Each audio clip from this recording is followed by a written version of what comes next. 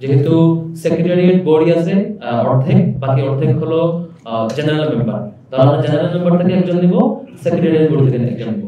ছাত্রীদের হলের এক ধরনের কিছু নীতিমালা ফেস করতে হয়, ছাত্র হলে এক ধরনের কিছু, বা ছাত্রীদের কমন এই কেন্দ্রের কিছু বিষয় থাকে, ছেলেদের আলাদা কিছু বিষয় থাকে। এখানে এই ছাত্র বা ছাত্রী এইটা একটা বড় ইস্যু। আরেকটা ইস্যু হচ্ছে আবাসিক অনাবাসিক। অর্ধেকের মতো শিক্ষার্থী যারা অনাবাসিক, যারা বাইরে থাকেন এবং হচ্ছে বাসে করে আসেন, এরা হল সংসদের ফ্যাসিলিটিসটাও পায় না। এবং মানে বলা চলে শুধুমাত্র ওরা বাস আসা যাওয়া করে দিতেই, আর হলে যারা আবাসিক থাকে তারা হলের একটা হল সংসদের ফ্যাসিলিটিস পায় কথা বলার। তো এই বিষয়টা আমরা বিবেচনায় রেখে আবার যেহেতু 5 জনের একটা লিমিটেশন আছে, 5 জন সংখ্যক প্রতিনিধি আমরা পাঠাতে পারবো, সেখানে টপ 3 অটো থাকছে বিপিজিএস এজিএস, তাহলে আমার সিলেকশন করার 2 জন মাত্র অপশন।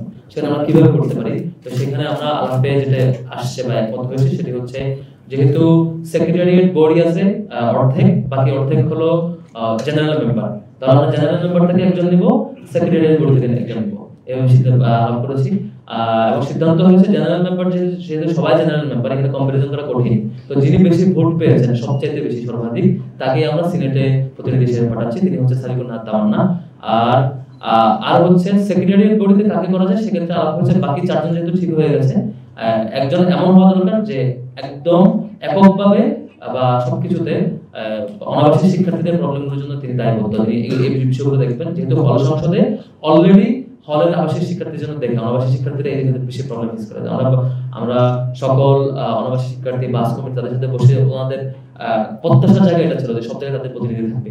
তো সেই বিবেচনায় এই বড় সংখ্যক শিক্ষার্থীদের প্রতিনিধিত্ব করতে গিয়ে যিনি পরিবহন সম্পাদকে যিনি নির্বাচিত হয়েছেন, তাকে আমরা অন্যতম আরেকজন যাতে তাদের প্রতিনিধিত্ব করতে পারে। মোট 5 জন হচ্ছে তিনি আসিফ আব্দুল্লাহ।